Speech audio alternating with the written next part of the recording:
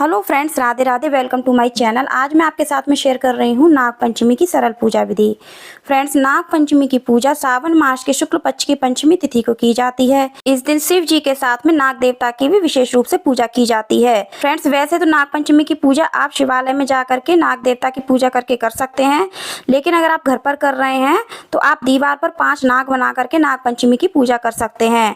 चूंकि आप चाहते हैं अगर आपकी दीवार खराब ना हो तो आप एक व्हाइट पेपर पर 5 नाग बना लीजिए। और फ्रेंड्स, यह नाग काजल से बना सकते हैं, आप चाहे तो कोयले से बना सकते हैं या फिर आप इस तरह से स्केच पेन से भी बना सकते हैं।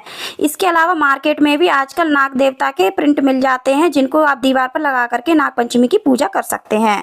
तो हमने यहाँ पर इस तरह से पेपर तैयार कर लिया है। अब हम इसको दीवार पर लगा लेंगे। इसके बाद हम सामग्री की बात कर लेते हैं कि हमें नाग पंचमी की पूजा करने के लिए किस किस सामग्री की आवश्यकता पड़ेगी। फ्रेंड्स, नाग पंचमी की पूजा में हमें जिस सामग्री की आवश्यकता भगवान शिव की पूजा करने के लिए पड़ती है, उसी से हम नाग पंचमी की यानी नाग देवता की पूजा करते हैं। तो पूजन करने के लिए हम चंदन ले लेंगे, अक्षत ले लेंगे, शुद्ध देसी घी का दीपक ले लेंगे, धूप बत्ती, माचिस ले लेंगे, मौली ले लेंगे। और फ्रेंड्स, नाग देवता को भोग लगाने के लिए हम कच्चा दूध अवश्य ले लेंगे। चाहे तो आप खीर ले सकते हैं, सेवैयां बना सकते हैं। इसके अलावा आप मिठाई या फिर मिश्री का भी भोग लगा सकते हैं। शुद्ध जल का लोटा ले लेंगे। इसके साथ ही हम कुछ दक्षिणा ले लेंगे। भोग में अर्पित करने के लिए कोई फल ले लेंगे।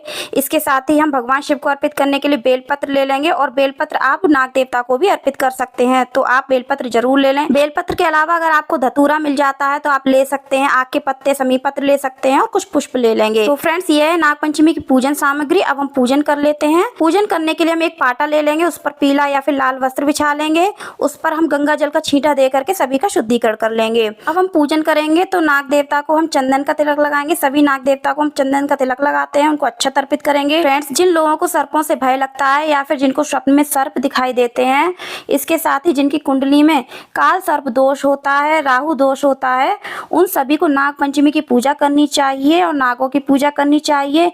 इससे इन सभी दोषों का निवारण होता है, साथ ही हमें भय भी नहीं लगता है। इस प्रकार से हमने सभी नाग देवता को वस्त्र रूपी मौली अर्पित की है, अक्षत का आसन दे करके शुद्ध देसी घी का दीप प्रज्वलित किया है। अब हम सभी नाग देवता को पुष्प भी अर्पित करेंगे। इसके साथ ही हम बेलपत्र भी अर्पित करेंगे।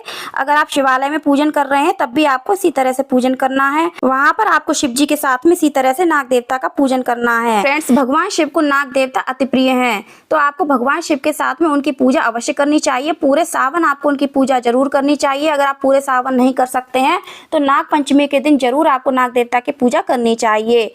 तो फ्रेंड्स, भोग में हम नाग देवता को कच्चा दूध अर्पित करेंगे। इसके साथ ही अगर आपने खीर, सेवैयां बनाई है तो उसका भी भोग लगा सकते हैं। मिश्री या मिठाई अर्पित करेंगे। फलों का भोग लगाएंगे, कोई भी फल आप अर्पित कर सकते हैं। कुछ दक्षिणा अर्पित करेंगे, शुद्ध जल का लोटा रखेंगे। इसके बाद हम सभी के चरण स्पर्श कर लेंगे और हम आरती करेंगे। तो आरती करने के लिए सबसे पहले गणेश जी की आरती करेंगे, फिर हम भगवान भोलेनाथ की आरती करेंगे। अगर आपको आरती नहीं आती है तो आप केवल 4-5 बार दीपक घुमा सकते हैं। इसे आरती का ही स्वरूप माना जाता है। आरती हो जाने के बाद हम दीपक के चारों ओर जल घुमाएंगे और सभी के चरण स्पर्श करके हम हाथ जोड़कर प्रार्थना करेंगे। अपने परिवार की सुख शांति और सुख समृद्धि की कामना करेंगे। पूजा में हमसे जो भी भूल चूक हुई हो उसके लिए हम क्षमा याचना करेंगे। इसके साथ ही अगर हमारी कुंडली में काल सर्प दोष है या फिर सर्पों से भय लगता है तो इनसे मुक्ति पाने के लिए भी हम विशेष मनोकामना मांगेंगे। अब फ्रेंड्स, पूजन हो जाने के बाद जो हमने केला भोग में अर्पित किए हैं, इनको आप दान स्वरूप में सपेरा लोगों को दान कर सकते हैं। जो आपने कच्चे दूध का भोग लगाया है, तो जब सपेरा गली में आते हैं वो अपने साथ सर्प लेकर आते हैं, उनको भी आप यह दूध पिला सकते हैं। जो आपने मिठाई का भोग लगाया है, यह सभी चीजें आप दान कर सकते हैं। जो आपने दक्षिणा चढ़ाई है, यह सभी चीजें आप उनको दान कर सकते हैं। अगर सपेरा लोग नहीं आते हैं तो आप यह कच्चा दूध अपने पौधों में डाल सकते हैं या फिर आप गार्डन में डाल सकते हैं। इस दूध को आपको यूज नहीं करना है। और आपने जो फूल पत्र चढ़ाए हैं, इनको आप अपने पौधों में डाल सकते हैं, बाद में खाद बन जाते हैं। और आपने जो जल का लोटा रखा है पूजा में, इससे आप सूरज को अर्घ दे सकते हैं। तो फ्रेंड्स, उम्मीद करती हूँ वीडियो आपको अच्छी लगी होगी। कैसी लगी कमेंट में जरूर बताना। कमेंट में हर हर महादेव, ओम नमः शिवाय, वैश्य लिखना। धन्यवाद। ओम नमः शिवाय।